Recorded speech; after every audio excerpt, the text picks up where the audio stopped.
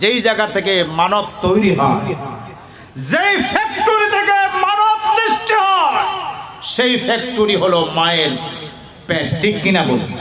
ঠিক কিনা? এই মাদেরকে ধরছে। আপনি যত এনজিওর সাথে আপনি দেখেন না কেন, কোন এনজিও আপনাকে কিছু দিবে না। সেই যে এনজিও হোক না কেন, কিচ্ছু আপনাকে দিবে না।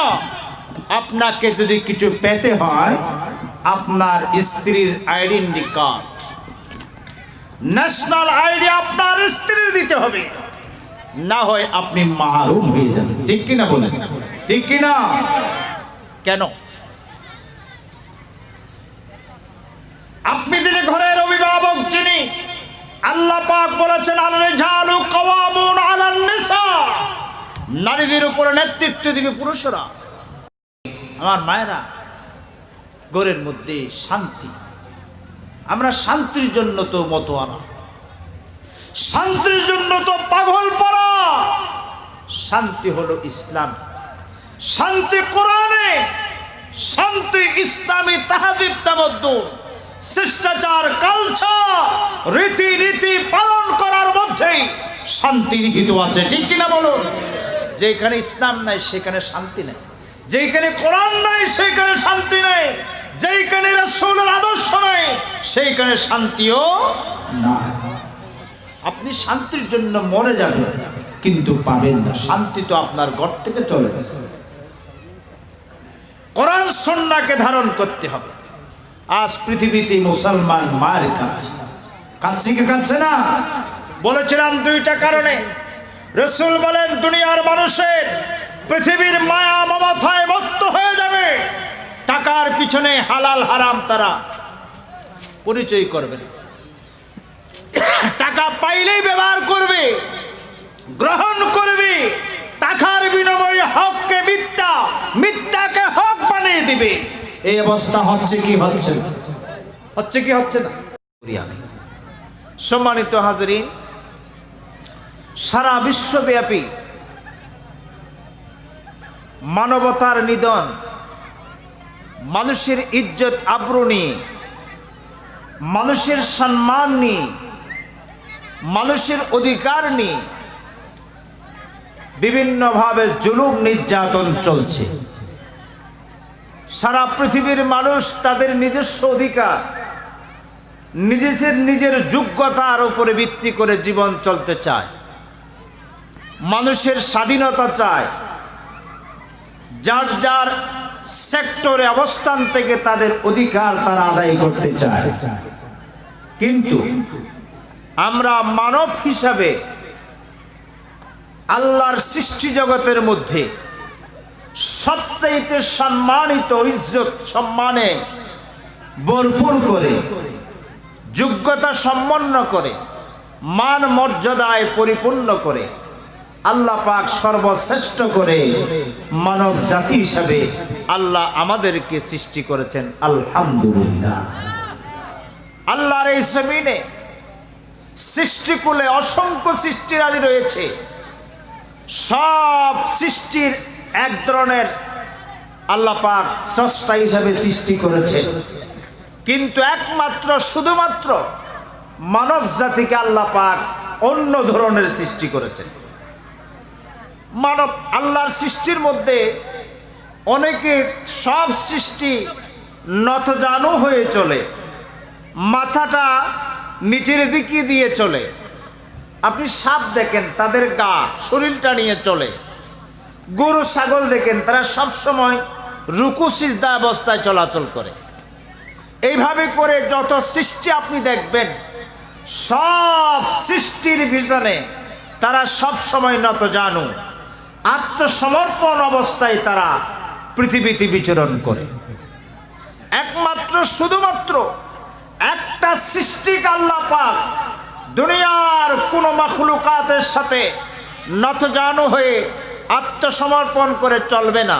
তারা সব সময় উপরওয়ালা, তাদের সব সময় উপরের দিকে তাদের নজর খেয়াল থাকবে, তারা কখনো নিচের দিকে নতজানু হবে না। কিন্তু সব মাখলুকাতকে আল্লাহ পাক এক একটা নিয়মও সৃষ্টি করেছেন এবং সৃষ্টি করার পর আল্লাহ পাক তাদেরকে দায়িত্ব দিয়েছেন, তোমাদেরকে যেই দায়িত্ব দিয়েছি তোমাদের জীবনের অবসান না হওয়া পর্যন্ত এই দায়িত্ব তোমরা অনবরত পালন করতে থাকবে। কোন অবস্থাতে সেই দায়িত্ব থেকে অবসর নিতে তোমরা পারবে না। কিন্তু আল্লাহ পাক মানব জাতি এবং জিন জাতিকে আল্লাহ পাক স্বাধীনতা দিয়েছেন, উন্মুক্ত করে দিয়েছেন তোমাদের ইচ্ছাকে। কিন্তু আল্লাহ কোনো মখলুকাতকে উন্মুক্ত করে দেন নাই, সমস্ত মখলুকাতের ইচ্ছার উপরে আল্লাহ পাক লাগাম লাগিয়ে দিয়েছেন। এই জন্য আল্লাহ পাক বলেন, আফাগায়রা দীনিল্লাহি ইয়াবগুনা ওয়া লাহু আসলামা মান ফিস সামাওয়াতি ওয়াল আরদি তাওআন ওয়া কারহা। আল্লাহ পাক রব্বুল আলামিন বলেন, ও পৃথিবীর মানব জাতি, আমার শ্রেষ্ঠ জাতি, উত্তম জাতি। আল্লাহ পাক মানব জাতিকে উদ্দেশ্য করে বলেন, আফাগায়রা দীনিল্লাহি ইয়াবগুনা ওয়া লাহু আসলামা মান ফিস সামাওয়াতি ওয়াল আরদি তাওআন ওয়া কারহা। এই মানব জাতি, ওগো মানব জাতি, তোমরা আমি আল্লাহর দেওয়া বিধান, আমি আল্লাহর দেওয়া নির্দেশনা, আমি আল্লাহর দেওয়া কোরআনুল কারীমকে বাদ দিয়ে, ইসলামকে বাদ দিয়ে নতুন কোন তন্ত্র মন্ত্র তোমরা অন্বেষণ করছো নাকি, করছো নাকি? অথচ আসমান আর জমিনের মধ্যে আমার যত মাখলুকাত আছে তাদের ইচ্ছায় হোক অনিচ্ছায় হোক সব সময় তারা আমি আল্লাহর হুকুম তারা পালন করে, ঠিক কিনা? আল্লাহ বলেন, তোমরা কি আমার দেওয়া বিধানকে বাদ দিয়ে, আমার দেওয়া নির্দেশনাকে বাদ দিয়ে, কোরআনুল কারীমকে বাদ দিয়ে, ইসলামকে বাদ দিয়ে, ইসলামী তাহজিব তামাদ্দুন শিষ্টাচার কালচারকে বাদ দিয়ে, সেই পাশ্চাত্যের কালচার মানুষের রচিত কোন সংবিধানের পিছনে তোমরা কি তোমাদের জীবন পরিচালনা করতে চাও? অথচ আসমানে যত আমার সৃষ্টি রয়েছে, জমিনে যত আমার সৃষ্টি রয়েছে, খাল নদী নালাতে যত আমার সৃষ্টি রয়েছে, পাহাড় পর্বতে যত আমার সৃষ্টি রয়েছে, সব সৃষ্টিগুলি আমি আল্লাহর হুকুম তারা পালন করছি, ঠিক কিনা বলেন? কিন্তু তোমরা, তোমাদেরকে আমি স্বাধীন। সূর্যকে বলে, সূর্য তুমি সকালে উদিত হবা পূর্ব আকাশে, সন্ধ্যাবেলায় পশ্চিম আকাশে অস্তমিত হবা। চন্দ্রকে তাই বলেছে, রাতকে বলেছেন, দিনকে বলেছেন, আল্লাহর মাখলুকাত গুলিকে বলেছেন তোমরা সব সময় আমার তাসবিহ করবে, আমার তাহলিল করবে। এই পর্যন্ত আপনারা 60-70 বছরের হায়াত অনেকে পেয়েছেন, 100 বছর পেয়েছেন। সূর্য উদিত হওয়ার পিছনে কোনো ব্যতিক্রমকে আপনারা কোনোদিন চোখে আপনাদের পড়েছে? চন্দ্র অস্তমিত হওয়ার পিছনে আপনারা কোনো ব্যতিক্রম দেখেছেন? দেখেন না। রাত দিনের প্রবর্তনের মধ্যে আপনারা পরিবর্তন দেখেন নাই। আল্লাহর নির্দেশে সেই নিয়ম সিস্টেম চালু আছে, আছে না নাই? আছে না নাই? অবশ্যই আছে। আল্লাহ পাক রব্বুল আলামিন মানব জাতিকে আল্লাহ পাক এত মর্যাদাবান সম্মানের আসনে সমাসীন করে আল্লাহ তাআলা বলেন, ওগো মানব জাতি, তোমরা যেহেতু আমার সৃষ্টি জগতের মধ্যে, আমার সৃষ্টিকুলের মধ্যে তোমরা হলা শ্রেষ্ঠ সম্মানের অধিকারী, তোমাদের জন্য, তোমাদের সম্মান রক্ষার জন্যে, তোমার জীবন পরিচালনার জন্যে, তোমার জীবনকে সুন্দর করার জন্যে আমি আল্লাহ পাক আমার যত মাখলুকাত রয়েছে সব মখলুকাতগুলিকে নির্দেশ দিয়েছি তোমরা সব সময় মানব জাতির অধীনে থাকবা। সব মখলুকাত মানব জাতির অধীন।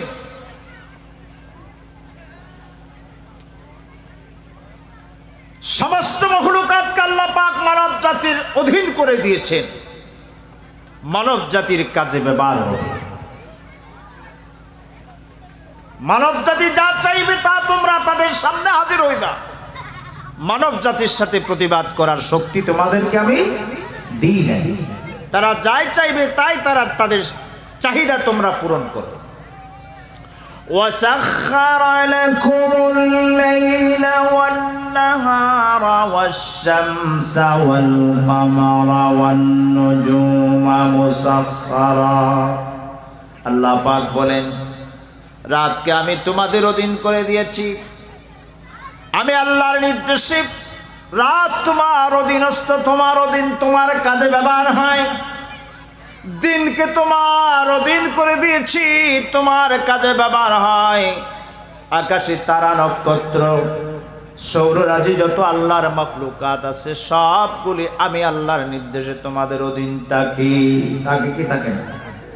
রাত আমাদের প্রয়োজন, দিন আমাদের প্রয়োজন, আকাশের তারা, নক্ষত্র, সৌররাজিগুলি আমাদের প্রয়োজন।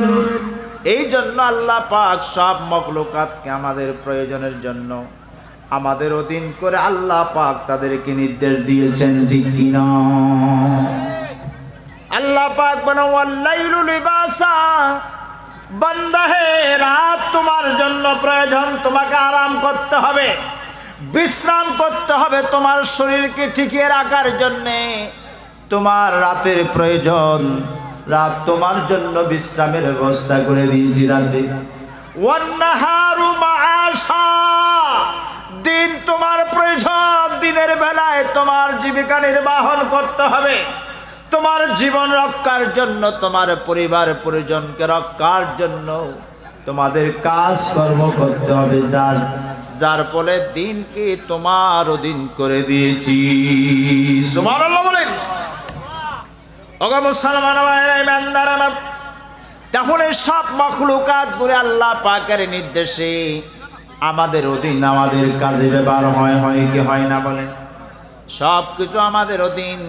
গাছপালা, তরুলতা, সূর্য চন্দ্র থেকে শুরু করে আকাশ বাতাস সবগুলি মানব জাতির খেদমতগার। ওগো মানব জাতি, তোমাদের কেন এত মর্যাদা দেওয়া হলো? তোমাদেরকে আমি আল্লাহ মর্যাদা দিয়েছি, সমস্ত মখলুকাতের উপর তোমাদের মর্যাদা রয়েছে। তোমার সৃষ্টি লগ্ন থেকে আমি তোমাদের মর্যাদাবান করেছি। লাকাদ খালাকনাল ইনসানা ফি আহসানি তাকওয়িম।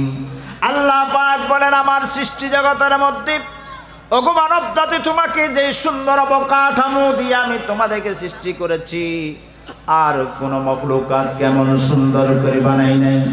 তোমাকে এত সুন্দর করে বানিয়েছি যার তুলনা করা যায় না। সুন্দর অবয়ব দিয়ে তোমাদেরকে বানিয়েছি। তোমরা কারো কাছে নতজানু হবে না, মাথা নত করবে না। তোমরা একমাত্র কার কাছে মাথা নত করবে? কার কাছে? ওয়ালাকাদ কাররামনা বনি আদম ওয়া ফাদ্দালনাহু আলাল আলামিন। বনি আদমকে, তোমাকে আমি সমস্ত মখলুকাতের উপরে শ্রেষ্ঠত্ব মর্যাদা দিয়ে সৃষ্টি করেছি। তোমার মর্যাদা, তোমার যদি আমল বলা হয়, তোমার আমলের ভিত্তিতে তোমার মর্যাদা নির্ধারণ করা হবে। তুমি আরবের মানুষ, তোমার মর্যাদা নাই। আজমির মানুষ বলে তোমার মর্যাদা নাই। তুমি কালো চামড়া, তোমার মর্যাদা নাই। তুমি লাল চামড়াওয়ালা, মর্যাদা নাই। তুমি এই গোত্রের ছেলে, তুমি এমন পরিবারের ছেলে, এই গোত্র নিয়ে কোনো মর্যাদা নির্ধারণ করা হয় নাই। মানব জাতির শ্রেষ্ঠত্বের মর্যাদা নির্ধারণ করা হয়েছে। ইন্না আকরামাকুম ইনদাল্লাহি আতকাকুম। তোমার তোমার তোমার মর্যাদা নির্যাতন করা হয়েছে তোমার আমলের উপরে। যে ব্যক্তি আল্লাহকে বেশি ভয় করে, যার অন্তরে আল্লাহর ভয় আছে, সে যত কালো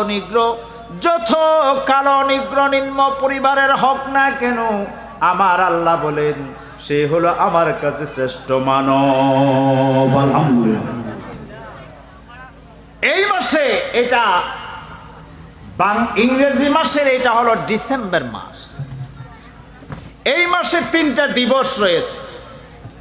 কয়টা দিবস?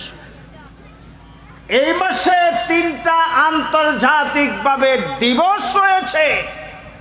2টা আন্তর্জাতিকভাবে দিবস আর একটা আমার দেশের জন্য দিবস। 3টা দিবস রয়েছে। কয়টা? ইংরেজি এই মাসে 3টা দিবসের মর্যাদা রয়েছে। একটা দিবস হলো 10ই ডিসেম্বর।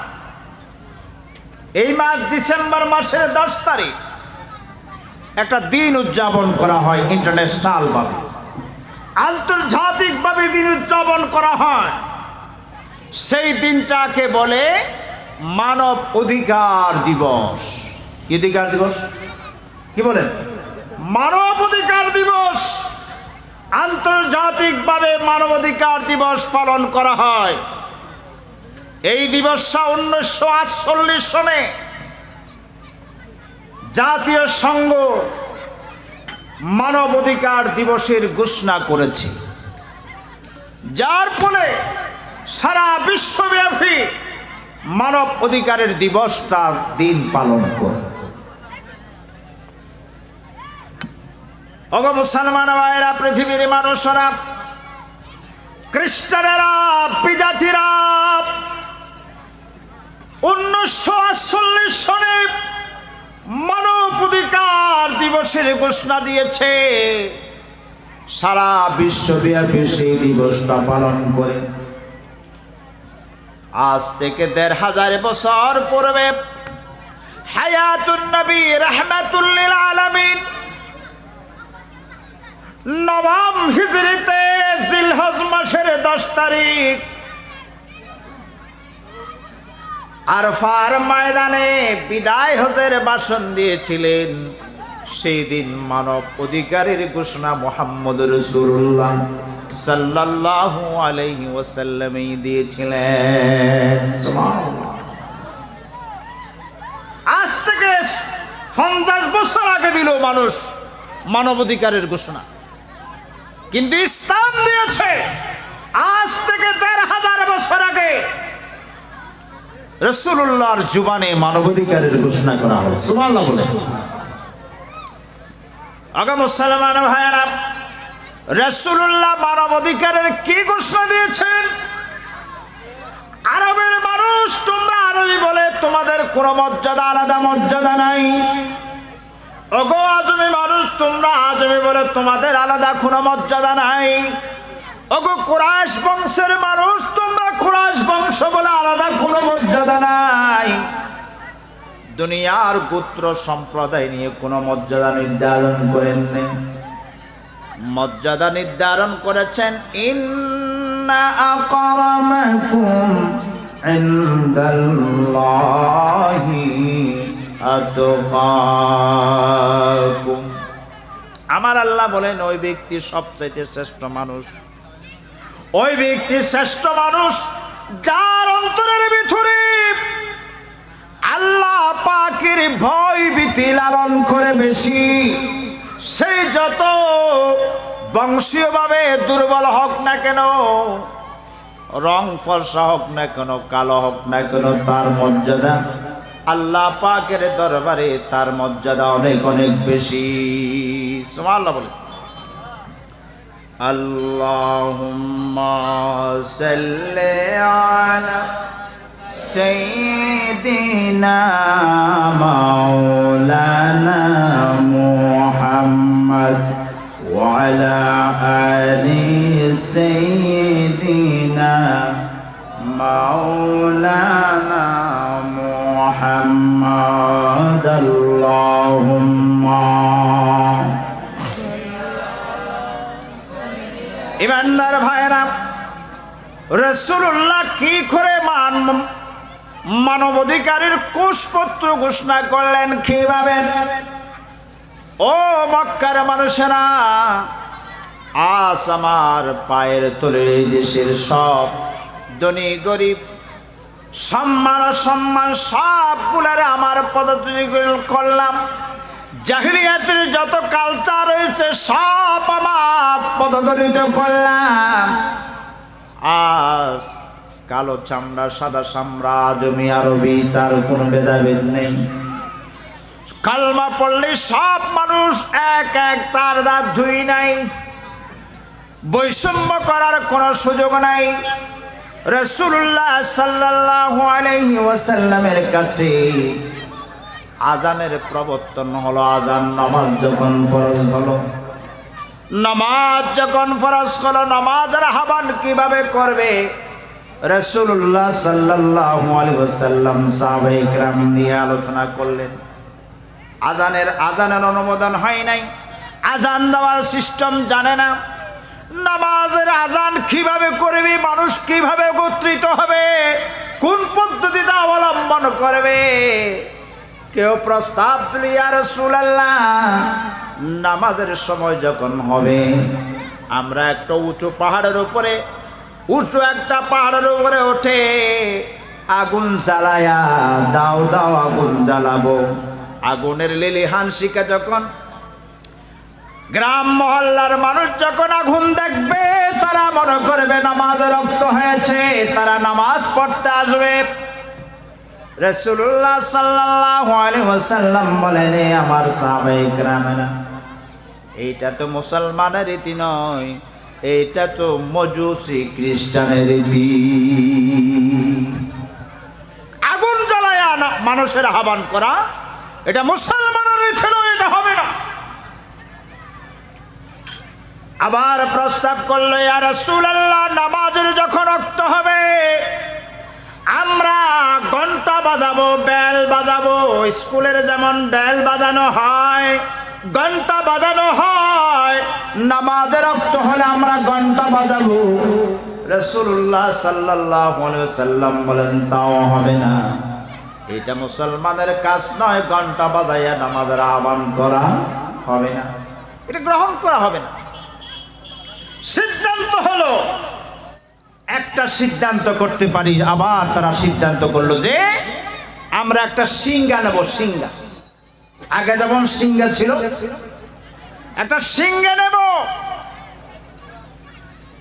সেই সিংহা দিয়ে রাত্রে দুপুরে নামাজের রক্ত যখন হয় আমরা সিংহা ভুক্তার দেব। সকলে একটু চিন্তা করলে এটা করা যায়, তাহলে একটা সিংহা আগামীকাল যেভাবে হোক একটা সিংহা তোমরা সংগ্রহ করবা। রাত হয়ে গেল, সাহাবায়ে কেরাম যার যার বিছানে আসনের মধ্যে বিশ্রাম করলো। রাতের মধ্যে হযরত আব্দুল্লাহ নামক একজন সাহাবী স্বপ্নে দেখল। স্বপ্নে দেখা গেল একটা মানুষ খাদে করে সিংহা বিক্রি করতে যাচ্ছে, সিংহা নিয়ে যাচ্ছে। হযরত আব্দুল্লাহ বলেন, আমি জিজ্ঞাসা করলাম, ওগো ভাই, এই সিংহাটা নিয়ে কোথায় যাও? এই সিংহাটা নিয়ে আমি বিক্রি করতে যাব। যদি বিক্রি করতে চাও আমাকে সিংহাটা বিক্রি করো। হযরত আব্দুল্লাহ সিংহাটা ক্রয় করার জন্য মনস্থ করলেন, ইচ্ছা করলেন। আল্লাহুম্মা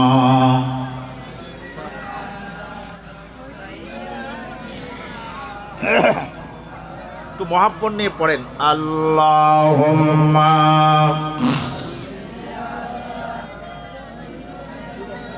মুসলমান ভাইয়েরা, সিংহা যখন হযরত আব্দুল্লাহ সিংহাটা ক্রয় করবেন, ওই বিক্রেতা বলে, ওগো আব্দুল্লাহ, নবীর সাহাবী, এই সিংহা নিয়া তুমি কি করবা?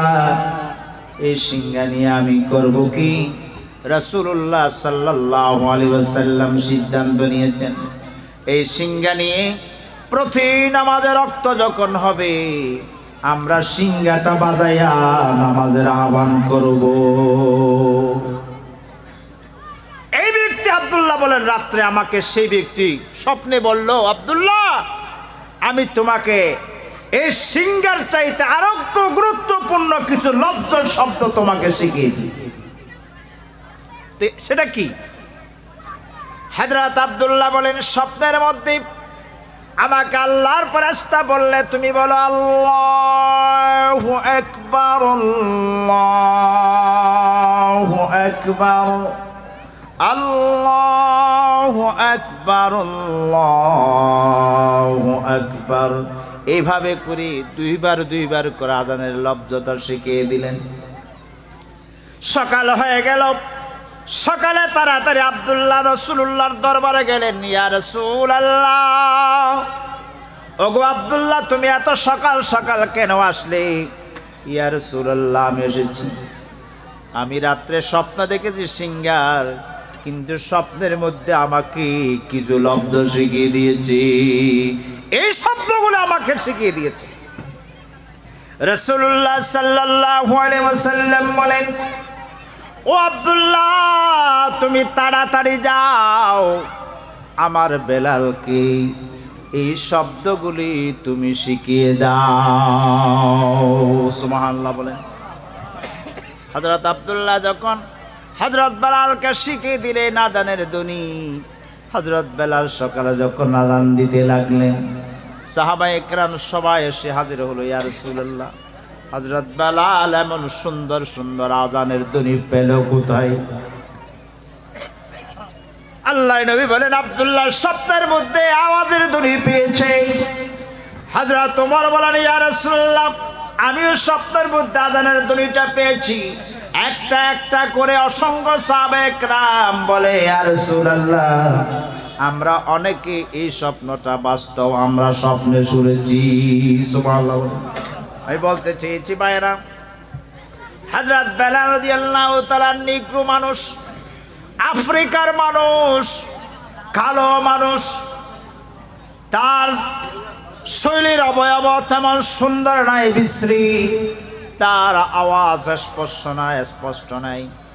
কাফেররা হযরত বেলাল রাদিয়াল্লাহু তাআলা আনহুকে ইসলাম গ্রহণ করার দায়ে আল্লাহর নবীর সাহাবী হওয়ার কারণে হযরত বেলালকে অসংখ্য নির্যাতনের পরে সর্বশেষ যে নির্যাতন করে কান্ত হলো, তারা হযরত বেলালের জিহ্বাটা বের করে দিয়ে আগুনের আঙ্গার দিয়ে আগুন দিয়ে তার জিহ্বার মধ্যে লাগিয়ে দিয়া হযরত বেলালের জিহ্বাটা নষ্ট করে দিয়েছে। আল্লাহু আকবার। হযরত বেলাল যার কারণে স্পষ্ট করে কথা বলতে পারেন না, স্পষ্ট করে কোনো কথা উচ্চারণ করতে পারেন না, কোনো শব্দ উচ্চারণ করতে পারেন না। কোরআনুল কারীমের আরবি ভাষার খারেজ মাখরাজগুলি শব্দগুলি স্থান থেকে বের করতে পারেন না। আল্লাহ নবী তারপরও এই ধরনের একজন মানুষকে প্রথম মুয়াজ্জিন কেন বানালেন? কেন বানালেন? চাইলে তো আরবের মধ্যে সবচাইতে সুন্দর মানুষ, কণ্ঠস্বর মানুষ, জজবাওয়ালা মানুষ, যার আওয়াজ শুনলে মানুষ বেহুশ হয়ে যায়, এমন সুন্দর আওয়াজের মানুষ ছিল। আল্লাহ নবী তাদেরকে নির্বাচিত না করে একজন কালো নিগ্রো মানুষকে, যার আওয়াজ স্পষ্ট নাই, তাকে কেন বানালেন? রাসূলুল্লাহ একটা কারণে বানালেন।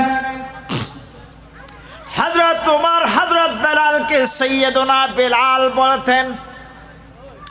বেলাল আমাদের নেতা, এই শব্দটা উচ্চারণ করতেন, কারণ হলো হযরত বেলালের ঈমান আর অন্য মানুষের ঈমানের মধ্যে অনেক অনেক ব্যবধান রয়েছে। এই জন্য আল্লাহ পাক রব্বুল আলামিন মানব অধিকারের কথা বলেছেন, কোরআনে বলেছেন, নবী সাল্লাল্লাহু আলাইহি ওয়াসাল্লাম বলেছেন। মানব অধিকারের মূল ফর্মুলা দাতা হলো বিশ্বনবী মুহাম্মদুর রাসূলুল্লাহ সাল্লাল্লাহু আলাইহি ওয়াসাল্লাম। এখন তো মানব অধিকার নাই, বৈষম্য করা হয়। আমরা কালো জাতি, আমরা সাদা জাতি, আমরা আরবি, আমাদের মান মর্যাদা রয়েছে। ইসলাম তো সেটা বলে নাই। আরবি বলে মান মর্যাদা দিয়ে বেশি হতে পারে? আরবি যদি মান মর্যাদায় যদি আরবের শ্রেষ্ঠত্ব হতো, তাহলে আবু জেহেল আবুল আহাব শ্রেষ্ঠ হতো, তারাই তো আরবি মানুষ ছিল। হযরত বেলাল তো শ্রেষ্ঠ হতে পারতেন না। রাসূলুল্লাহ সাল্লাল্লাহু আলাইহি ওয়াসাল্লাম সামাজিকভাবে মানুষের অধিকারের কথা বলেছেন, পারিবারিকভাবে অধিকারের কথা বলেছেন, রাজনৈতিকভাবে অধিকারের কথা বলেছেন, মহিলাদের অধিকারের কথা বলেছেন। একমাত্র মুহাম্মদ রাসূলুল্লাহ সাল্লাল্লাহু আলাইহি ওয়াসাল্লামই বলেছেন। মহিলাদের অধিকার আছে না নাই? আছে না নাই? কত অধিকার পাওয়ার কত মহিলাদের। قال رسول الله صلى الله عليه وسلم الجنة تحت أقدام الأمهات। বিশ্বনবী বলেছেন মায়ের পদতলে সন্তানের জান্নাতের কথা বিশ্বনবী সাল্লাল্লাহু আলাইহি ওয়াসাল্লামই বলেছেন। মায়ের পদতলে সন্তানের বেহেশতের ঘোষণা দিয়েছেন বিশ্বনবী। তাহলে এই মানব, এই বিশ্বনবী একজন মহিলাকে কত উচ্চ শিরে ইজ্জত সম্মান দিলেন। রাসূলুল্লাহ সাল্লাল্লাহু আলাইহি ওয়াসাল্লাম পৃথিবীর আগমন করার পূর্বে মহিলাদের উপরে এত নির্যাতন, নিষ্পেষণ, অত্যাচার করছিল জাতিরা। সেই বর্বর জাতিরা যারা নিজের গর্ভধারিণী মায়ের পেটে যদি, নিজের স্ত্রীর পেটে যদি কোনো বাচ্চা যদি মহিলা প্রসব করত, তারা তাৎক্ষণিকভাবে সিদ্ধান্ত নিত এই মহিলাটাকে জীবিত রাখা যাবে নাকি দুনিয়া থেকে শেষ করে দেওয়া যাবে। এইভাবে চিন্তা করতে করতে একটাই সিদ্ধান্তে তারা উপনীত হতো। তারা শেষ পর্যন্ত মহিলা হলে জীবন্ত তাদেরকে কবরস্থ করত। وَإِذَا بُشِّرَ أَحَدُهُم بِالْأُنثَى ظَلَّ وَجْهُهُ مُسْوَدًّا وَهُوَ كَظِيمٌ। প্রসব হওয়ার পর যখন তারা মহিলা দেখত, ডেলিভারি হয়েছে, দেখা যায় একটা মহিলা সে ডেলিভারি করেছে, প্রসব করেছে, তাৎক্ষণিকভাবে তারা সিদ্ধান্ত নিত তাদের চেহারাটা মলিন হয়ে যেত, কালো হয়ে যেত, বিশ্রী কুশ্রী হয়ে যেত, তাদের চেহারার মধ্যে দুশ্চিন্তায় ভরে যেত। তারা শেষ পর্যন্ত সিদ্ধান্ত নিত এই বাচ্চাটাকে পৃথিবীতে রাখা যাবে না।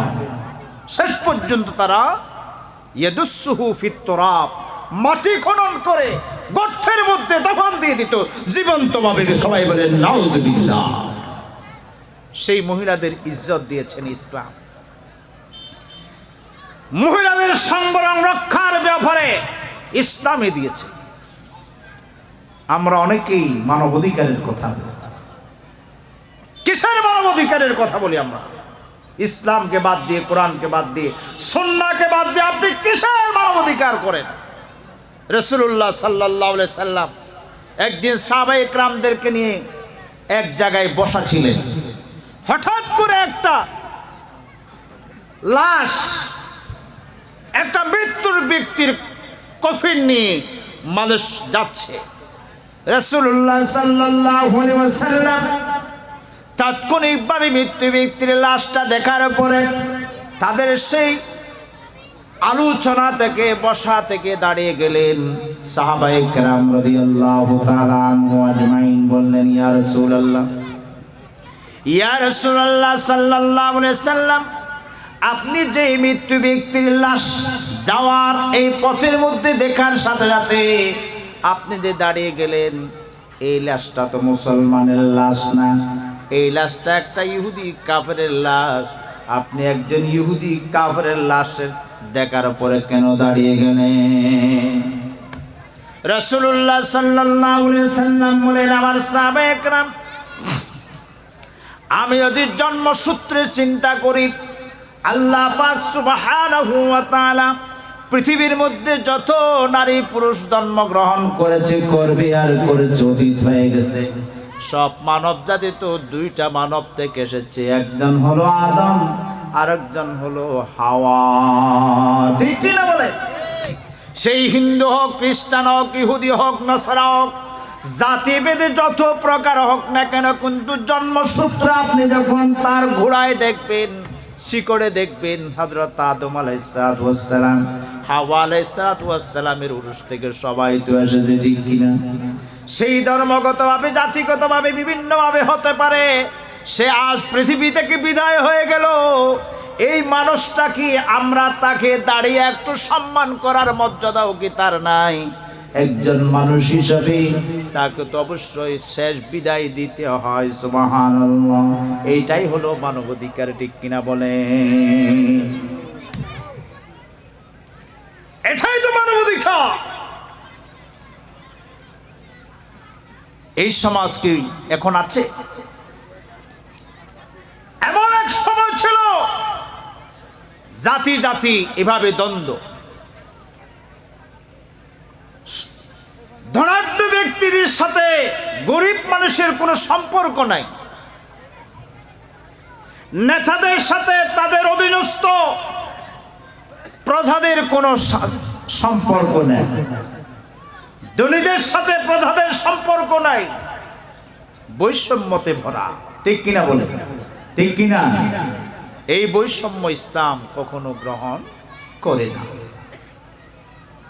আজ পৃথিবীর এই দশা কেন হলো? আমরা মানুষ হিসাবে পৃথিবীতে বাস করি, কিন্তু আমাদের মর্যাদা নাই, আমাদের ইজ্জত নাই, সম্মান নাই। আমাদের ইজ্জত সম্মান মাটির সাথে দফন হয়ে গেছে। মুসলমান আজ পৃথিবীতে এমন কোন রাষ্ট্র নাই যে রাষ্ট্রে মুসলমান মার খায় না। আছে? কেন মার খায়? রাসূলুল্লাহ সাল্লাল্লাহু আলাইহি ওয়াসাল্লাম বলেন, আখিরি জামানার আমার উম্মতের উপর এমন একটা পরিস্থিতি আসবে, যে পরিস্থিতির মধ্যে মুসলমানদেরকে ইহুদি নাসারারা এমন ভাবে ব্যবহার করবে যেমন শুকনো যেমন খড়, খের, যেগুলা খের আর কি, শুকনো খড় যেমন বাতাস সেই দিক নিয়ে যায়, মুসলমানদেরকে ইহুদি নাসারা এইভাবে ব্যবহার করবে। মুসলমানরা সব সময় ইহুদি নাসারার নির্যাতনের শিকার হবে। চিড়িয়াখানার মধ্যে যেমন বাঘভাল্লুক বন্ধ থাকা অবস্থায় হঠাৎ করে সেই চিড়িয়াখানার দরজা ভেঙে যদি কোনো ক্ষুধার্ত বাঘভাল্লুক যদি বের হয়ে যায়, সে যেমন তার খিদে নিবারণের জন্য প্রচেষ্টা চালাবে, যেমন তেমন আক্রমণ করবে, হিংস্র আক্রমণ করবে, সেইভাবে ইহুদি নাসারারা মুসলমান দেখলেই আক্রমণ করবে, মুসলমান দেখলে তাদেরকে আহত নিহত করার প্রচেষ্টা চালাবে। সাহাবায়ে কেরাম বললেন, ইয়া রাসূলুল্লাহ, এমন এই অবস্থা কেন হবে? সে অবস্থায় কি মুসলমানের সংখ্যায় কম হবে না বেশি হবে? আল্লাহ রাসূল বলেন, বাল কাসির, সেই দিন মুসলমানের সংখ্যা এর চাইতে লক্ষ গুণ বেশি হবে।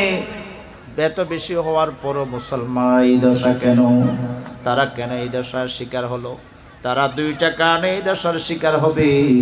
তাদের অন্তরের মধ্যে দুইটা জিনিস লালন করবে, হুব্বুদ দুনিয়া ওয়া কারাহিয়াতিল মাউত। হুব্বুদ দুনিয়া, পৃথিবী নিয়ে তারা মত্ত থাকবে, দুনিয়ার মায়া মহব্বতে তারা মত্ত পাগল পড়া থাকবে, টাকার পিছনে, পয়সার পিছনে, অর্থের পিছনে তাদের জীবন দিয়ে দিবে। দুনিয়া থেকে একদিন যে চলে যেতে হবে সেই ভাবনা তাদের আর থাকবে না। টাকা দিয়ে যেমন তেমন করতে পারবে, পারছে কিনা? আমার মা বোনেরা একটাও কি এখন ঘরে আছে? রাত্রে থাকে, রাত্রে ঘরে থাকে, দিনে কি থাকে? সূর্য উদিত হওয়ার সাথে সাথে আমার মা বোনেরা ঘরে আর থাকতে চাই না, থাকে না। কেন থাকে না? তাদেরকে টাকার প্রলোভন দেওয়া হয়েছে, অর্থের প্রলোভন দেখানো হয়েছে, অনেক কিছু প্রলোভনের বিনিময়ে তারা আর ঘরে থাকতে চায় না, ঘরে থাকবে না। রাসূলুল্লাহ সাল্লাল্লাহু আলাইহি সাল্লাম বলেন, আল মারাতু আওরাতুন ইযা খারাজা ইস্তাশরাফাহু শায়াতিন। রাসূলুল্লাহ সাল্লাল্লাহু আলাইহি সাল্লাম বলেন, মহিলারা হলো পর্দার জিনিস, মহিলারা হলো পর্দার জিনিস, পর্দাই তারা থাকবে। কোনো মহিলা যখন পর্দাবিহীন ঘর থেকে বের হয়ে যাবে, তারা একাকী বের হলো, তাদের সঙ্গী আল্লাহ পাক একটা শয়তান তাদের বন্ধু বানায়া দেবে। নাউজুবিল্লাহ। শয়তান একাকী মনে হচ্ছে, আমি তো, আমার সাথে তো আর কেউ নেই। ইজাস্তাশাবাউ শায়াতিন, তাদের পিছনে শয়তান তার বন্ধু হয়ে থাকবে। সকাল থেকে সন্ধ্যা পর্যন্ত শয়তান যদি কারো বন্ধুত্ব করে থাকে, সেই বন্ধু যদি অসৎ বন্ধু হয়, তাকে কি অক্ষত সুস্থ রাখবে কি রাখবে না? বলে রাখবে না। সৎ বন্ধু হলো তো তাকে সৎ পথে পরিচালনা করত, কিন্তু তার বন্ধু কি শয়তান, যার কারণে আজ ঘরে ঘরে স্ত্রী স্বামীর মধ্যে দ্বন্দ্ব বিরাজ করছে কি করছে না? রাসূলুল্লাহ সাল্লাল্লাহু আলাইহি ওয়াসাল্লাম বলেন, আল্লাহ পাক রব্বুল আলামিন যদি সাহাবায়ে কেরাম রাসূলুল্লাহর কাছে প্রশ্ন করলেন, ইয়া রাসূলুল্লাহ, একটা উষ্টি এসে এক ঘরের মধ্যে সিদ্ধান্ত নিয়েছে, এই উষ্টিটা দুর্বল হয়ে গেছে, এই উষ্টিটা আগামী কাল বা 2 দিন পরে আমার ছেলের বিবাহ হবে, ওই বিবাহের মধ্যে এই উষ্টিটা জবে করা হবে। ঘরের ভিতরে আলাপ আলোচনা করছে যে আগামী সপ্তাহে আমার ছেলের বিবাহ হবে, ওই বিবাহতে আমরা মেজবান করব, ওই মেজবানে আমার একটা যে দুর্বল উট আছে, ওই উটটা জবে করে দিব। সবাই বলেন সুবহানাল্লাহ। আলাপ হয় কি হয় না? হয় কি হয় না? এই আলাপটা শুনেছে কে? উট শুনেছে। সকালবেলা উট গোয়াল থেকে তার রশি ছিঁড়ে দিয়ে এমন ভাবে ঘর থেকে, মালিকের ঘর থেকে বের হয়ে গেছে। বের হয়ে যাওয়ার পর মালিক অনেক দৌড়াদৌড়ি করলো তার সেই উটকে ধরার জন্য। উটকে ধরতে পারে না, উটকে ধরতে পারে না। এক পর্যায়ে রাসূলুল্লাহর সামনে উটের মালিক হাজির হলো। ও উটের মালিক, ও ভাই, তুমি এত দৌড়াদৌড়ি করো কেন? ইয়া রাসূলুল্লাহ, আমার একটা আমার উট আমার গোয়াল ঘর থেকে পালিয়ে গেছে, এই উটটাকে ধরতে হবে, আমি ধরতে পারি না। আমার এতদিন পর্যন্ত আমার কাছে নত শিকার, বশ্যতা স্বীকার করেছিল, আজ সেই উটটা বাধ্য হয়ে গেছে, আমি আর ধরতে পারি না। সেই উট ওই জায়গায় দাঁড়িয়ে আছে। রাসূলুল্লাহ সাল্লাল্লাহু আলাইহি ওয়াসাল্লাম মানে, তুমি এত টেনশন করো না, তোমার উট তোমাকে আমি এখন দিয়ে দেব, তুমি আমার সাথে চলো। উটের পাশে চলে গেল। উটের পাশে চলে যাওয়ার পর উট রাসূলুল্লাহ সাল্লাল্লাহু আলাইহি ওয়াসাল্লামের কদম মোবারকে সিজদা দিয়ে এমন যার কন্দন করলেন, কন্দন করে করে উট আল্লাহর নবীর কাছে নালিশ দিল। সুবহানাল্লাহ। উট নালিশ দিয়েছে, বিচার দিয়েছে, মামলা মোকদ্দমা করেছে নবীর আদালতে। উট যখন মোকদ্দমা করলো, নালিশ দিল, মামলা দিল, সব কথা রাসূলুল্লাহকে বললেন। সাহাবায়ে কেরাম তো দেখলেন উট রাসূলুল্লাহকে কদম বুজি করছে, সালাম দিয়েছে, সিজদা দিয়েছে। আল্লাহর নবী বলেন, ও উটের মালিক, তুমি এই উটটা দিয়ে কি করতে চাও? আমাকে সেই উট আমাকে মামলা করেছে, তুমি নাকি এই উটটা জবে করে তোমার ছেলের বিবাহের মধ্যে মেজবানি দিবা। এই উটটা আমার কাছে নালিশ দিয়েছে, আমি তোমার কাছে আবেদন জানাই, এই উটটা আমাকে বিক্রি করো, এই বিক্রির টাকা দিয়ে তুমি আরেকটা উট জবে করো। সুবহানাল্লাহ। এই উটটা তুমি আর নিও না, এই উটের যত টাকা লাগে সব টাকা আমি তোমারে দিব, এই উটটা রাসূলুল্লাহর দরবারে দিয়ে দাও।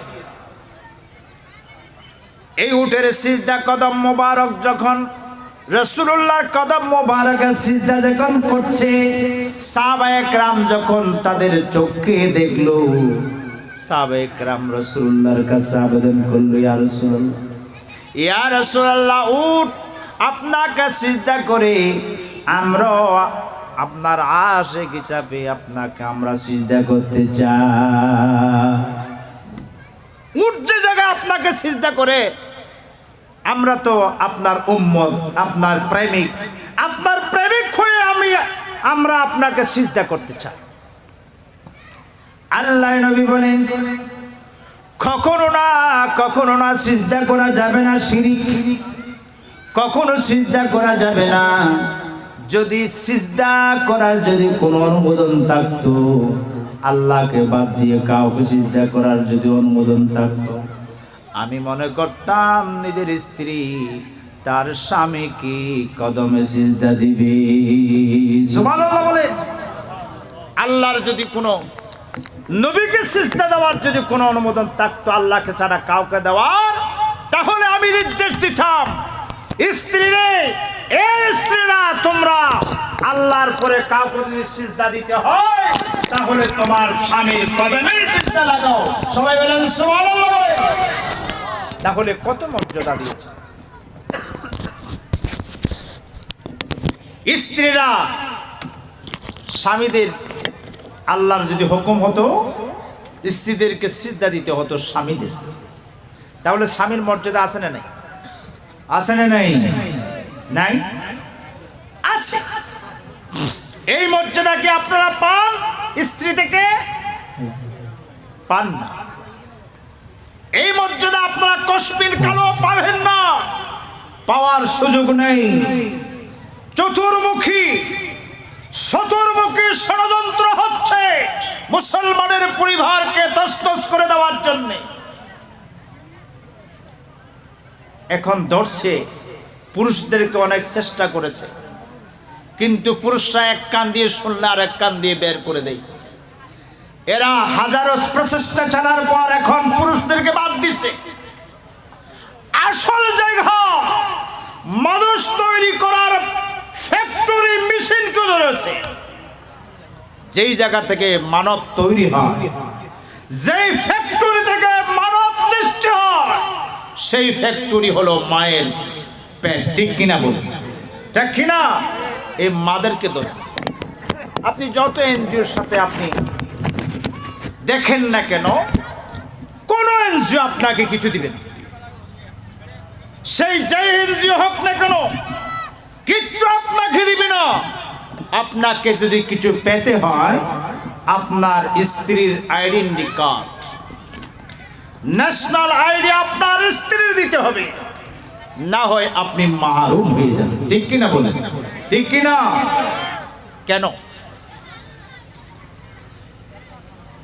আপনি দিলে ঘরের অভিভাবক যিনি, আল্লাহ পাক বলেছেন আল-রিজালু কাওয়ামুন আলান নিসা, নারীদের উপরে নেতৃত্ব দিবে পুরুষরা। এই পরিবারকে সংরক্ষণ করবে পুরুষরা। নারীর ভরণ পোষণ পুরুষরা দিবে, তার পরিবার পরিজনের ভরণ পোষণ পুরুষরা দিবে, স্বামীর অর্জিত সম্পদ নারীরা রক্ষা করবে। এইটা নারীদের উপরে দায়িত্ব রয়েছে। ঠিক কিনা বলেন? যদি স্বামীর অর্জিত সম্পদ যদি তার স্ত্রী অন্যায়ভাবে তসরুপ করে, কাল কিয়ামতের ময়দানে আসামির কাঠ ঘোড়ায় সেই মহিলাকে জবাবদিহি করতে হবে। ঠিক কিনা বলো? কিন্তু আজ তো মহিলাদেরকে দেওয়া হচ্ছে। এখন আপনারা এই মহিলাদের এই সম্পদের রক্ষক আপনারা। কার ঘর আছে? গুটি কয়েক বাড়ি ছাড়া সব ঘরের মহিলারা ওই পুরুষের সাথে হাত মিলাই। ঠিক কিনা বলেন? ঠিক কিনা বলেন? রাসূলুল্লাহ সাল্লাল্লাহু আলাইহি ওয়াসাল্লাম বলেন, আমি একদিন হযরত আলী রাদিয়াল্লাহু তাআলা আনহু আমার মেয়ের জামাই আলীর দরবারে গেলাম। আলীর ঘরের দরজায় দেখলাম হযরত ফাতেমা রাদিয়াল্লাহু তাআলা আনহা দরজায় বসে বসে ক্রন্দন করছেন। আমি জিজ্ঞাসা করলাম, ওগো আমার কলিজার টুকরা ফাতেমা, আমি সব কিছু সহ্য করতে পারি, কিন্তু তোমার চোখ দিয়ে যখন পানি বের হয় আমি তো আর সহ্য করতে পারি না। আল্লাহ, তুমি কাঁদো কেন? কাঁদো কেন? ওগো আব্বাজান, কিছুক্ষণ আগে আপনার জামাতা আলী তার দিনের কাজ শেষ করে আমার ঘরে আসছে, আসার পর আমারে বলে, ফাতেমা আমার এক গ্লাস পানির ব্যবস্থা করো। পানির ব্যবস্থা করতে না করতে খেবা কার আহ্বানে আবার ঘর থেকে চলে গেছি। আমি পানি আনতে আনতে ওনাকে আর পাই নাই, পানি দিতে পারি নাই। সন্ধ্যাবেলা সারাদিন, সন্ধ্যাবেলা যখন বাসায় আসলো, আমি আলীকে বললাম, মালিক আমি তোমাকে পানি দিতে পারি নাই, তুমি আমারে মাফ করে দাও। হয়তো তুমি ব্যথা পেয়েছো, তোমার সেই তৃষ্ণা নিবারণ করতে আমি পারি নাই, আমারে মাফ করে দাও। হযরত আলী বলেন, আমার তো মনে নাই কখন পানি চেয়েছিলাম, তাও মনে নাই। তুমি কেন আমার কাছে ক্ষমা চাচ্ছ? এমন কি অপরাধ করেছো তুমি আমাকে আমার কাছে ক্ষমা চাও? আলী, এত কথা আমি বুঝি না, তুমি আমারে মাফ করে দাও। হযরত আলী কে বারংবার আমি যখন মাফের কথা বলি, আলী বলে, আমি তোমাকে কি মাফ করব, তুমি তো এমন অপরাধ করো নাই। সর্বশেষে আমি বারংবার যখন তাকে মাফের কথা বলেছি, তিনি আমাকে বলেছে, তোমাকে মাফ করে দিয়েছি। মাফ করে দেওয়ার পর তারপর চলে গেছে। কিন্তু তারপরে আমার মনের মধ্যে কি যেন একটা জ্বালা করছে। আলী মাফ করে দিলেও তার অন্তর থেকে হয়তো মাফ করে দেয় নাই। এখন অন্তরের মধ্যে সেই আমার প্রতি যে ক্রোধ, আমার প্রতি রাগ এখনো রয়ে গেছে মনে হয়। আমি এই জন্য কান্না করছি। রাসূলুল্লাহ সাল্লাল্লাহু আলাইহি ওয়াসাল্লাম হযরত ফাতেমার এই বক্তব্য শোনার পরে আল্লাহর নবী বলেন, ওগো ফাতেমা, তোমার কাছে আমি বলে যাই, তোমার কাছে আমি বলে যাই, তুমি যদি হযরত আলী যদি তোমাকে অন্তর দিয়ে যদি মাফ করে দিতেন, মাফ করে না দেয়, তুমি যদি তার থেকে মাফ যদি নিতে না পারো, এই অবস্থায় যদি তুমি মারা যাও, আমি মুহাম্মদ তোমার জানাজা পড়ব না। আল্লাহ, সামান্য একটা বিষয় নিয়ে রাসূল করিম সাল্লাল্লাহু আলাইহি ওয়াসাল্লামের এত হুঁশিয়ারি। কিন্তু আমার মায়েরা অনেকে পিটা খেয়েছে, মার খেয়েছেন, স্ত্রীর অনেকে ধাক্কা খেয়েছেন, বলেন না লজ্জার কারণে। অনেকের তার জামা ছিঁড়ে ফেলেছে, অনেকের লুঙ্গি ছিঁড়ে ফেলেছে, কিন্তু আপনি লজ্জায় বলতে পারেন না। ঠিক কিনা বলুন, ঠিক কিনা? এরাও যেতে চায় জান্নাতে, রাসূলের সাহাবায়ে কেরামের মহিলারাও যেতে চায় জান্নাতে। আমার মায়েরা, জান্নাতে যাওয়া সহজ, জান্নাতে যাওয়া সহজ। আপনি মাত্র 4টা কাজ করবেন। কয়টা কাজ? 4টা কাজ করবেন, আপনি জান্নাতে চলে যাবেন। আপনাকে কেউ বাধা দিবে না, আপনি ডাইরেক্ট জান্নাতে যাবেন। আপনার যাওয়ার পথে কোনো পার্টিশন হবে না, কোনো প্রকার গেট হবে না, কোনো প্রকার ইমিগ্রেশন হবে না, আপনি ডাইরেক্ট জান্নাতে যাই যাবেন। সবাই বলুন সুবহানাল্লাহ। قال رسول الله صلى الله عليه وسلم المرأة إذا صلت خمسها وصامت شهرها وأحسنت فرجها وأطاعت بالها فلتدخل الجنة بأي أبواب شاءت। রাসূলুল্লাহ সাল্লাল্লাহু আলাইহি ওয়াসাল্লাম বলেন, 4টা কাজ করবেন, আপনি বিনা হিসাবে কোনো প্রকার পরীক্ষা নিরীক্ষা ছাড়া জান্নাতে চলে যাবেন। একটা হলো আপনি 5 ওয়াক্ত নামাজ পড়বেন। কয়েকত নামাজ? আমার মায়েরা, 5 ওয়াক্ত নামাজ পড়বেন। নামাজকে এখন পড়ে কি পড়ে না? কয়জন মহিলা পাবেন নামাজ পড়ে? 5 ওয়াক্ত নামাজ পড়বেন। আল মারাতু ইযা সাল্লাত খামসাহা ওয়া সামাত শাহরা, 2 নাম্বার রোজা রাখবেন। ওয়া আতাত বালহা, তারপরে আপনার সৌন্দর্য আল্লাহ পাক যা দিয়েছেন সেই সৌন্দর্যগুলি পর্দার মধ্যে রাখবেন। ওয়া আতাত বালহা ওয়া আহসানাত ফারজাহা, আপনার সৌন্দর্য অবয়ব আপনি নিরাপত্তা রাখবেন, পর্দার মধ্যে রাখবেন এবং স্বামীর খেদমত করবেন। রাসূল করিম সাল্লাল্লাহু আলাইহি ওয়াসাল্লাম বলেন, আপনি জান্নাতে চলে যাবেন। আলহামদুলিল্লাহ। বলেন তো নামাজ কয়জনে পড়ে? আমার সমাজে ঘরের মধ্যে নামাজ পড়ে এমন ঘরের মহিলা পাবেন কয়জন? হযরত আসিয়া রাদিয়াল্লাহু তাআলা আনহা ফেরাউনের স্ত্রী ছিল। হযরত আসিয়া রাদিয়াল্লাহু তাআলা আনহা তিনি মুসলমান হয়ে দুনিয়া থেকে বিদায় হয়ে গেলেন। জান্নাতে আল্লাহ পাক তাকে জান্নাতের মধ্যে তার আবাসন করে দিয়েছেন। ঠিক রাসূলুল্লাহ সাল্লাল্লাহু আলাইহি ওয়াসাল্লাম বলেন, চারটা কাজ করবেন জান্নাতে যাবেন। একটা কাজ হলো নামাজ পড়তে হবে। আমার মায়েরা 5 ওয়াক্ত নামাজ পড়েন, নামাজ পড়েন। 5 ওয়াক্ত নামাজ যদি পড়েন আপনার ঘরে রহমতে ভরপুর হয়ে যাবে, আল্লাহর গজব থেকে বেঁচে যাবেন। আপনার পরিবার পরিজন শান্তি সৃষ্টিতে জীবন যাপন করবেন। আল্লাহ পাকের কোন গজব, কোন জটিল রোগ ব্যাধি আপনাকে আক্রমণ করবে না। আপনার রুজির মধ্যে আল্লাহ পাক অফুরন্ত বরকত দিয়ে দিবেন। আপনি শান্তির জীবন যাপন করবেন। আলহামদুলিল্লাহ। নামাজ পড়বেন না, আপনার ঘর হবে জাহান্নাম, আপনার ঘর হবে জাহান্নামের একটা কক্ষ হয়ে যাবে। সেই জায়গাতে শান্তির কোনো গন্ধ আপনি পাবেন না। 2 নম্বর হলো রমজান আসছে রাখবেন। 3 নম্বর হলো আপনি স্বামীর খেদমত করবেন। 4 নম্বর হলো আপনার সৌন্দর্য অবয়বগুলি, আপনার মহরমাত বাইরের কোনো মানুষকে আপনি দেখাইতে পারবেন না, প্রদর্শন করতে পারবেন না। এইভাবে যদি আপনার জীবন গড়িতে হয়, আপনি নির্ঘাত জান্নাতে যাবেন, আপনি বেহেশতি, আপনি জান্নাতের সর্বোচ্চ আসনে আপনার আসীন হয়ে যাবেন। আলহামদুলিল্লাহ। বলগল উলা বিকামালিহি কাশাফাত দুজা বিজামালিহি হাসনাত জামিউ খিসালিহি সাল্লু আলাইহি ওয়া আলিহি। বলগল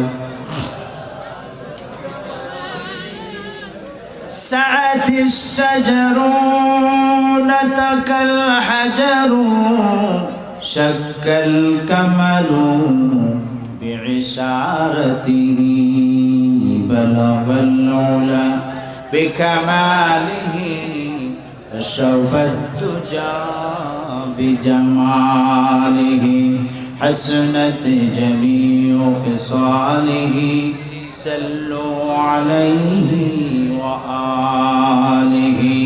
আমার মায়েরা, ঘরের মধ্যে শান্তি। আমরা শান্তির জন্য তো মতোয়ারা, শান্তির জন্য তো পাগল পারা। শান্তি হলো ইসলাম, শান্তি কোরআনে, শান্তি ইসলামী তাহাজিব তামাদ্দুন, শিষ্টাচার, কালচার, রীতিনীতি পালন করার মধ্যেই শান্তি নিহিত আছে। ঠিক কিনা বলুন? যেখানে ইসলাম নাই সেখানে শান্তি নাই, যেখানে কোরআন নাই সেখানে শান্তি নাই, যেখানে রাসূলের আদর্শ নাই সেইখানে শান্তিও নাই। আপনি শান্তির জন্য মরে যাবেন কিন্তু পাবেন না। শান্তি তো আপনার ঘর থেকে চলে গেছে। কোরআন সুন্নাহকে ধারণ করতে হবে। আজ পৃথিবীতে মুসলমান মায়ের কাছে কাছে কি কাছে না? বলেছিলাম 2টা কারণে। রাসূল বলেন দুনিয়ার মানুষের পৃথিবীর মায়া মমতায় মত্ত হয়ে যাবে। টাকার পিছনে হালাল হারাম তারা পরিচয় করবে না। টাকা পাইলেই ব্যবহার করবে, গ্রহণ করবে। টাকার বিনিময়ে হককে মিথ্যা, মিথ্যাকে হক বানিয়ে দিবে। এই অবস্থা হচ্ছে কি হচ্ছে না? হচ্ছে কি হচ্ছে না? আমার দেশের এই বাংলাদেশে, বিশেষ করে পৃথিবীর 2য় বৃহত্তর মুসলিম রাষ্ট্র, এই দেশে হক আর না হকের মধ্যে দ্বন্দ্ব হচ্ছে কি হচ্ছে না? হচ্ছে কি হচ্ছে না? এক পক্ষ বলে এটা যে ভাস্কর্য নামের একটা জিনিস, এটা করা যাবে, আরেক পক্ষ বলে করা যাবে না। ভাস্কর্য করা যাবে, আরেক পক্ষ বলে ভাস্কর্য করা কি যাবে না। দুনো পক্ষ আলেম, দুনো পক্ষ কি? যারা জেনারেল শিক্ষায় শিক্ষিত তারা ওই আলেমদের অনুসরণ করেই কথা বলে, কিন্তু যারা পক্ষে বলে তাদের পক্ষেও আছে যারা বিপক্ষে বলে তাদের পক্ষও আছে না। এগুলো কিসের বিনিময়ে হয়? কোরআন একটা, হাদিস একটা, কথা একটা। পক্ষে হলে পক্ষে, আর বিপক্ষ হলে সকলে বিপক্ষে। দুই ভাগে হওয়ার পিছনে হলো অর্থ। কিসের বিনিময়? বলো না কিসের বিনিময়? অর্থের বিনিময় হয়। এই জন্য রাসূল বলেছে, সায়াতি জামানুন আলা উম্মতি তাকুনু কুলুবুহুম কাকুলুবিজ জিয়াব ওয়া কালামুহুম কাকালামিল আম্বিয়া ওয়া ফিলুহুম কাফিলিল ফারাইনা আনা বারিয়ুম মিনহুম ওয়া হুম বারিয়ুনা মিন্নি। রাসূল বলেন, এমন একটা জামানা আসবে, এমন একটা সময় সন্নিকট হয়েছে, এমন একটা সময় আমার উম্মতের উপরে বর্তাবে, যেই সময়ের মধ্যে তাকুনু কুলুবুহুম কাকুলুবিজ জিয়াব, তাদের এক ধরনের আলেম হবে, এক ধরনের শিক্ষিত সমাজ হবে, যাদের অন্তরটা বাঘ ভাল্লুক হিংস্র প্রাণীর মতো হবে।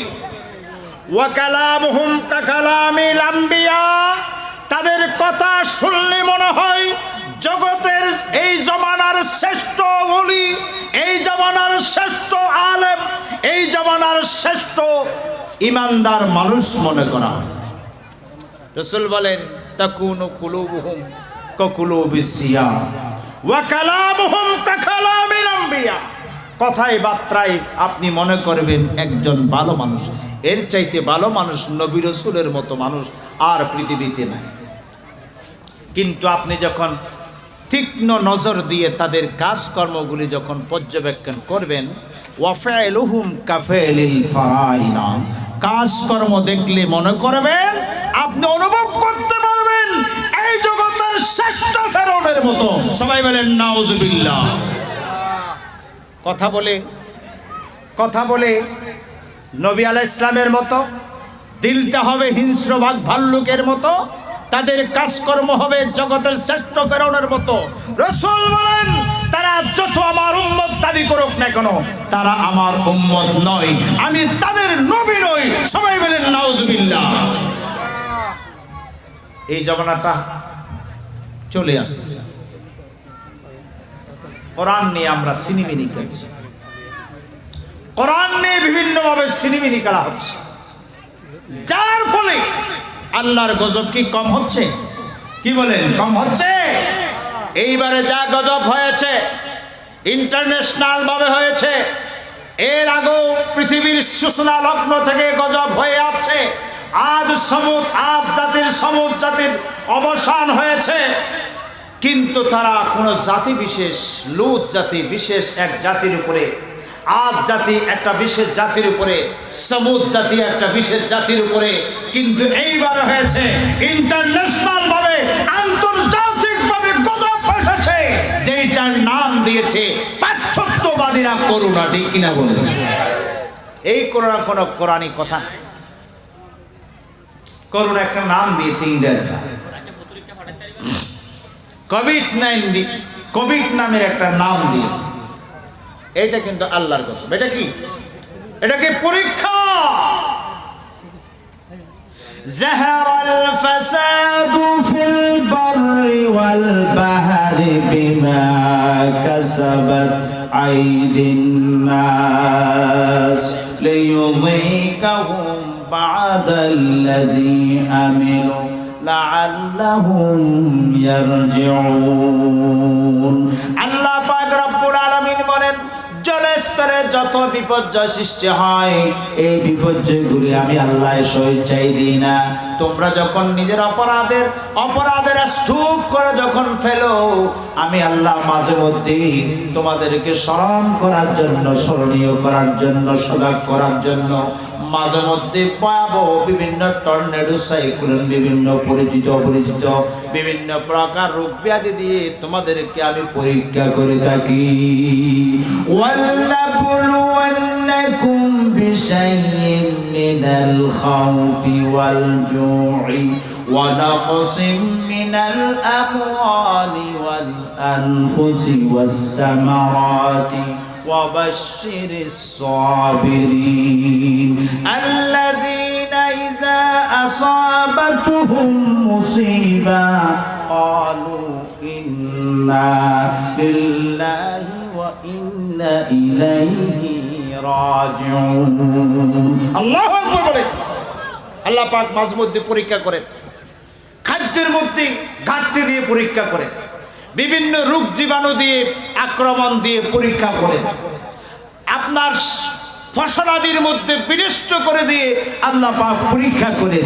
এই সমস্ত পরীক্ষা নিরীক্ষা যারা সহ্য করে, ধারণ করে, সবর করে, আল্লাহর উপর ভরসা করে বলে যে ইন্না লিল্লাহি ওয়া ইন্না ইলাইহি রাজিউন, এইগুলি আল্লাহর পক্ষ থেকে এসেছে, সুতরাং এই নিয়ে এত বেশি টেনশন করার সুযোগ নেই। এগুলা যেহেতু আল্লাহ দিয়েছে, এইগুলার অবসানও করবেন আল্লাহ। এই কথা যারা ভরসা করে আল্লাহর উপরে, তাদের জন্য সুসংবাদ রয়েছে। ঠিক কিনা বলেন? ঠিক কিনা?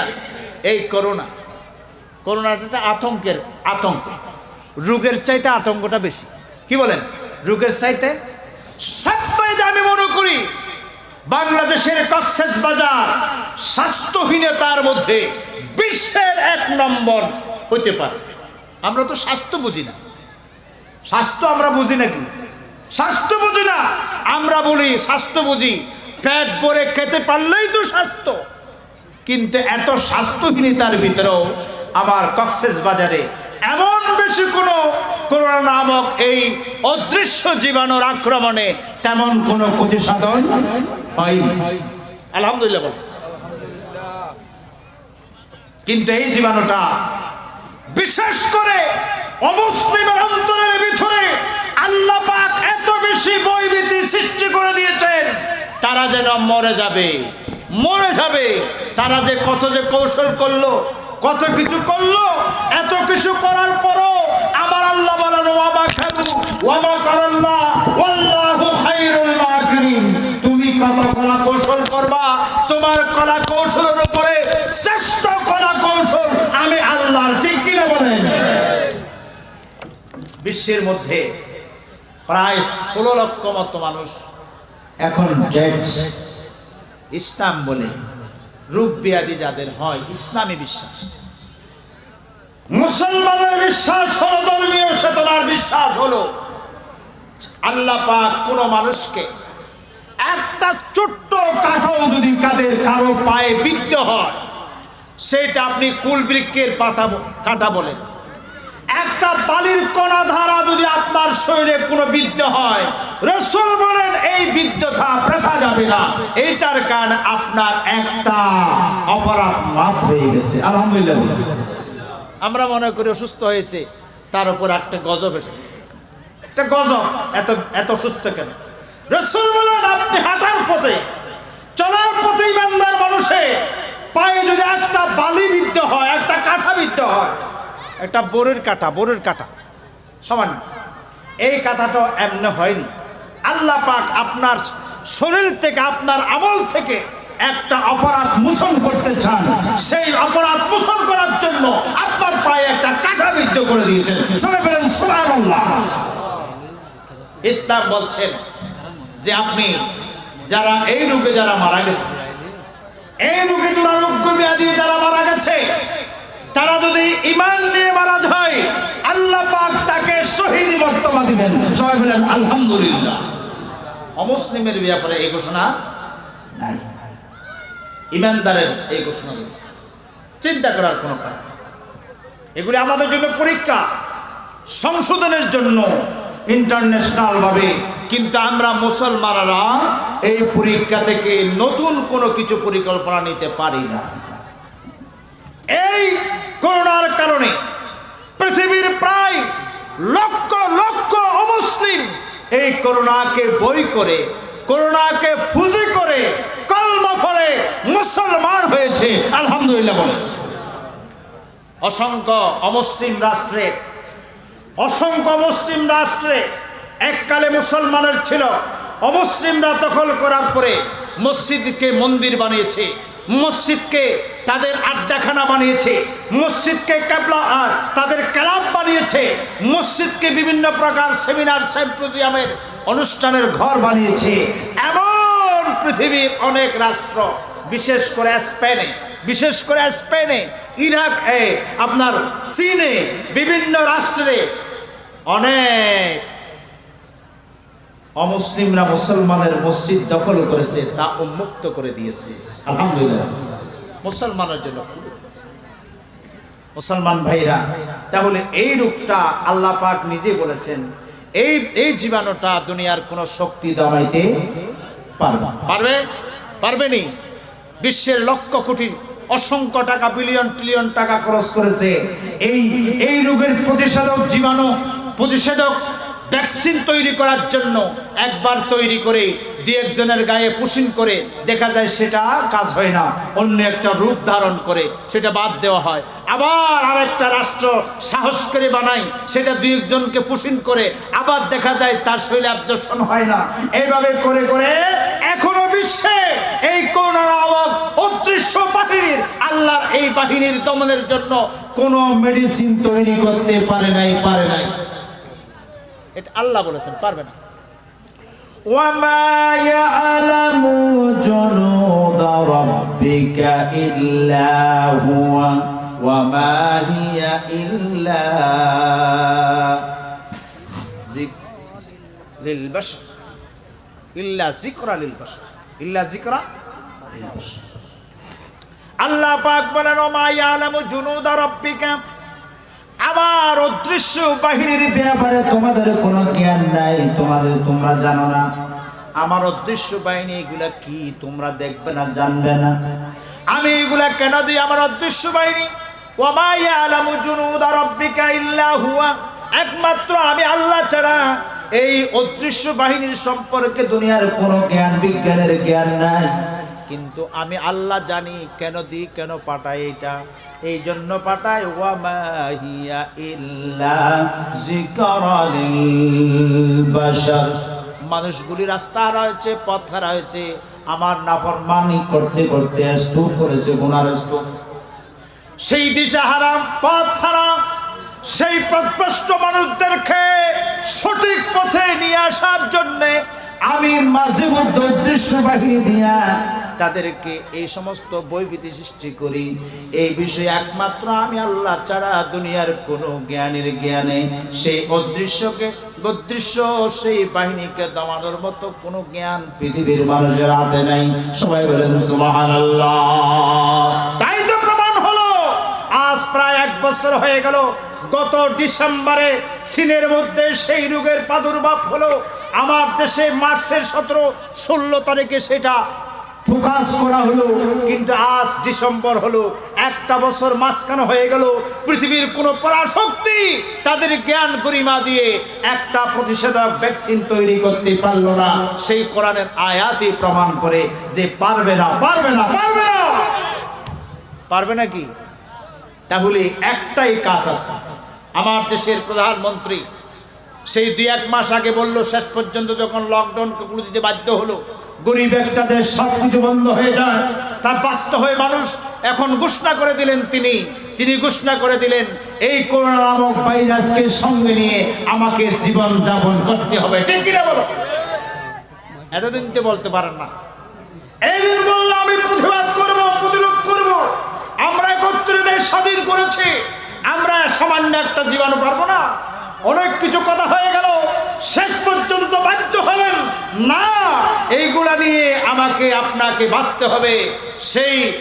সেই খ্রিস্টান তারা বলল যে না, আমরা পারবো না, আমাদের শক্তি শেষ, আমার শক্তি শেষ। উপরওয়ালাই এই সিদ্ধান্ত নিতে পারে। ঠিক কিনা বলেন? যে 1000 পাওয়ার, এত হাজার পাওয়ার, এত লক্ষ মাইল বেগে আক্রমণ করতে পারে, এত পাওয়ারফুল আমি অস্ত্র তৈরি করেছি, এই দেশ যাবে সেই দেশ যাবে, আমি দেশের শ্রেষ্ঠ ক্ষমতাধর রাষ্ট্র, রাসায়নিক রাষ্ট্র, এত বুক পোলা এখন আল্লাহ সামান্য একটা জীবাণুকে দমানোর জন্য তোমার তো শক্তি সব কিছু নচ্চানো হয়ে গেছে। ঠিক কিনা বলেন? আল্লাহর সামনে কিছু করা যাবে কি যাবে না? তাহলে আমাদের তওবা করতে হবে। আমি আর বেশি কথা রাখলাম না, আমাদের তওবা করতে হবে। কথা বলতে চাইলে অনেক কথা রয়েছে। মানব অধিকারের কথা বলেছিলাম। আমাদের এই দুনিয়াতে জেলখানার কয়েদিদেরকে কেমন করা হয়। জাতিসংঘ মানবাধিকারের কথা বলে আবু গরিব কারাগারে মুসলমানদেরকে ধরাধর উলঙ্গ করে তাদের উপর পৈশাচিক নির্যাতন ছড়াই মারে। গোয়েন্দানামা কারাগারে মুসলমানদেরকে সেই পাগলা কুকুর লেলিয়ে দিয়ে তাদেরকে আক্রমণ করায়, নির্যাতন চালায়, মহিলাদেরকে লজ্জাস্থানে আগুন দিয়ে জ্বালিয়ে দেয়, অনেক অনেক নির্যাতন করে। কিন্তু ইসলামে কি করেছে? বদর যুদ্ধের মধ্যে 70 জন কাফেরকে গ্রেফতার করা হলো। রাসূলুল্লাহ সাল্লাল্লাহু আলাইহি ওয়াসাল্লাম 70 জন সাহাবীদেরকে বললেন, আনসার সাহাবী, মদিনার সাহাবী, ওগো মদিনার সাহাবী, তখন তো আর এইভাবে কয়েদখানা জেলখানা ছিল না, কারাগার ছিল না। এক একজন এক এক সাহাবীর হাতে গছাই দিল। সেই বদর থেকে মদিনাতুল মুনাওয়ারা অনেক দূর পথ। তারা কি করে আসামিদেরকে নিয়ে যাবে? তাদের তেমন যানবাহন ছিল না। সাহাবায়ে কেরাম চিন্তা করল, আসামিদেরকে উটের মধ্যে সওয়ার করে সাহাবীরা সেই উটের লেখান ধরে হেঁটে হেঁটে মদিনাতুল মুনাওয়ারা পর্যন্ত এই আসামিদেরকে নিয়ে যায়। এক একজন এক এক ঘরের মধ্যে দিল। গরিব সাহাবী, তাদের কোনো সম্পদ নাই, আহার নাই, তেমন কিছু নাই, কিন্তু সকাল সন্ধ্যা তাদের কেমন সেবা করছে। তাদের গোশত, তাদের খাবার, নিজের খাবারগুলি আসামিদেরকে খাওয়াচ্ছে। সুবহানাল্লাহ। এইভাবে একজন আসামি বলে, ও নবীর সাহাবী, আমরা তো আসামি, আমরা অনেক তোমাদের মানুষকে হত্যা করেছি, নির্যাতন করেছি, জুলুম করেছি, যার কারণে আমাদেরকে গ্রেফতার করা হয়েছে। তোমরা তো আমাদের উপর জুলুম চালাইতে পারো, অত্যাচার চালাইতে পারো।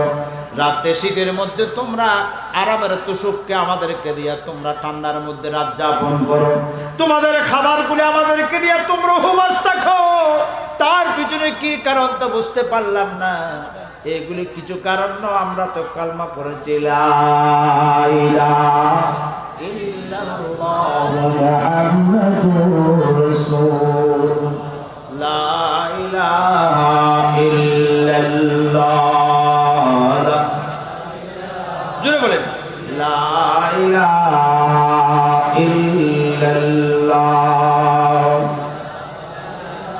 সত্য ডাকা যাবে না, সত্য ডাকা যাবে না, যতই চলক বাহানা। কুধার দুই শক্তি গুরু পড়ছে বেকায়দায়। যে হাত তোদের ডাকছে মাঠে, আইরে ছুটি আয়। যে হাত তোদের ডাকছে মাঠে, আইরে ছুটি আয়। লা ইলাহা ইল্লাল্লাহ।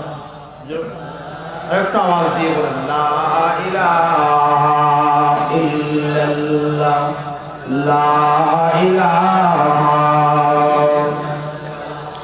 লা ইলাহা ইল্লাল্লাহ মুহাম্মাদুর রাসূলুল্লাহ সাল্লাল্লাহু আলাইহি ওয়াসাল্লাম।